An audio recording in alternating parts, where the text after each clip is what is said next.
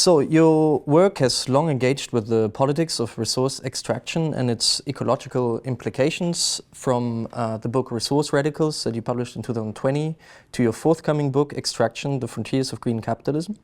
And while your earlier research focused on Latin America, particularly Ecuador and Chile, your new book expands its scope to include the US and Europe.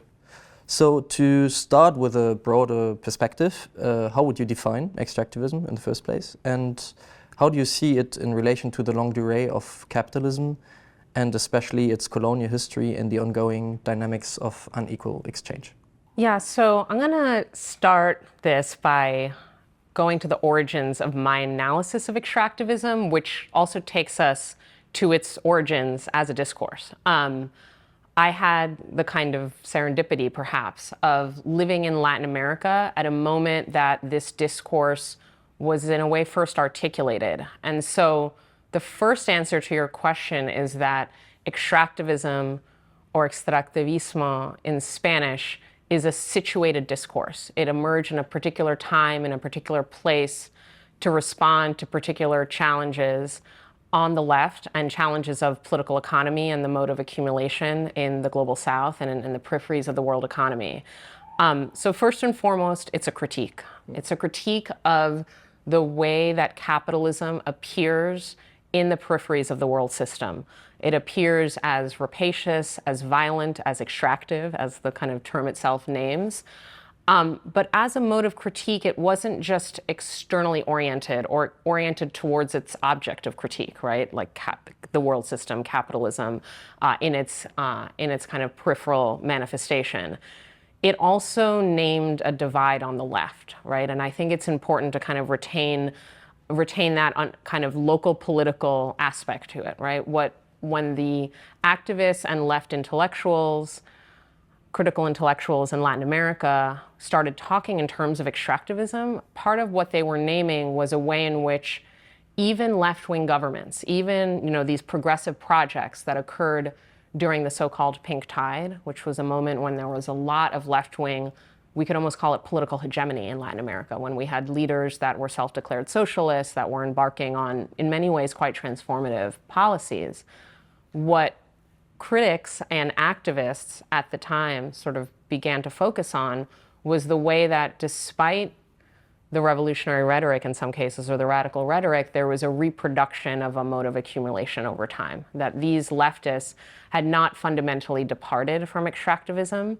And so what extractivism also calls our attention to is the kind of deep tension on the left, not only in Latin America, but also around the world, of how to grapple with the extractive foundations of the world economy, right? And sort of one mode of grappling with that is to kind of articulate left-wing policies that can change the political economy of extraction. Another is to more militantly, more fundamentally, perhaps more getting to the root of things, to oppose extractivism as a kind of mode of accumulation in and of itself, right? So extractivism kind of recalls that moment of political conflict among the left.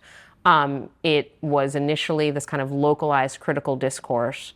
And in that process, though, it articulated a political economy of extraction, and kind of drew our attention and draws our attention still in this moment to what extraction or extractivism is as a whole political economy, right? And so in doing that, these scholars and activists, and I say that intentionally, in that it was both a kind of intellectual discourse, but also very much a political discourse among social movement actors, right, who were protesting large-scale extractive projects that were being advanced under left-wing governments, right? And so in kind of this moment of this political clash, what is quite interesting to me, and I think quite relevant to our moment, is that these situated actors kind of brought into the 21st century the discourses of dependency theory, of structural economics, these concepts that you've pointed us to of, for example, unequal exchange, right, or enclave economies. These were concepts that were first developed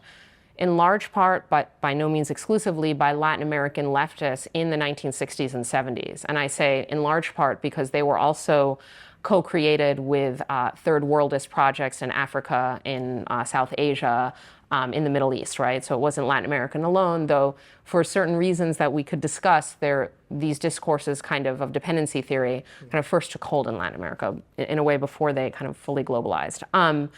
And what dependency theory draws our attention to is the position of formerly colonies, then kind of subservient states in the world system or peripheral states in the world system, their position in the world system, which is defined by extractive political economies, whether those are mining, whether those are large-scale agriculture, which may have at certain moments involved chattel slavery, right? And so these extractive operations that are basically about taking primary resources from their place of either their geological deposits or from where they are harvested in plantations out of these territories and exporting them to originally imperial centers and then subsequently also to kind of like global markets, right? Once we're in a kind of an era of sovereignty.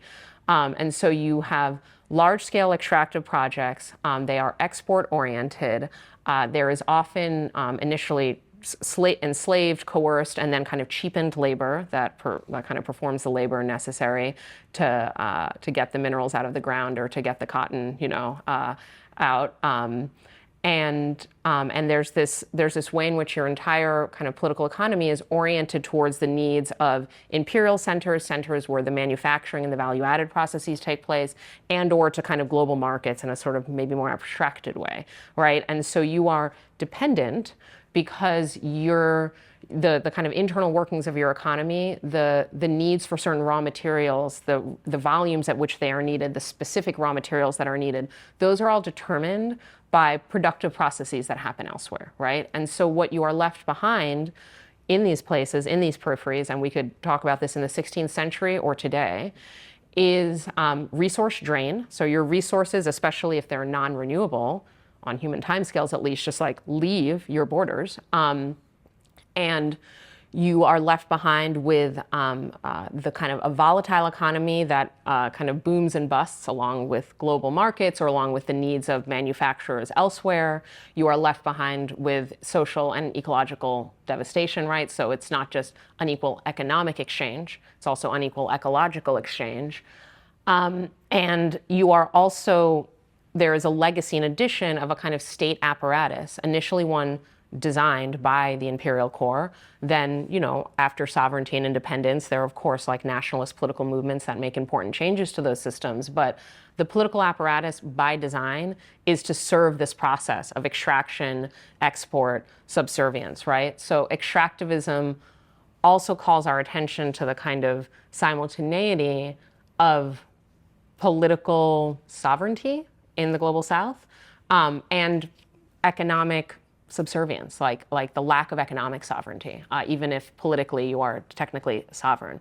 And yeah, so, I think that I wouldn't want to paint too broad or kind of use too broad a brush to paint this picture, in the sense that I would be remiss to kind of imply that there is no change from the origins of violent colonial encounter to today. And I think we'll get into some of those fundamental changes in the global economy, which have actually very much unfolded in the kind of battlefields of extraction. Like extraction and the dynamics of it and the inequalities baked into it are part of what has actually motivated some of those transformations that in turn have made important shifts in this political economy. But there's quite a bit of continuity, and that's what the initial architects of this discourse were pointing us towards, that across seemingly major changes, whether sovereign independence or the rise of left-wing governments, you have a fundamental continuity in the mode of capital accumulation, and there are differences between how capital accumulates in the peripheries and then how it accumulates globally, or there's differences, but also, of course, connections. So maybe I'll leave it there. Yeah.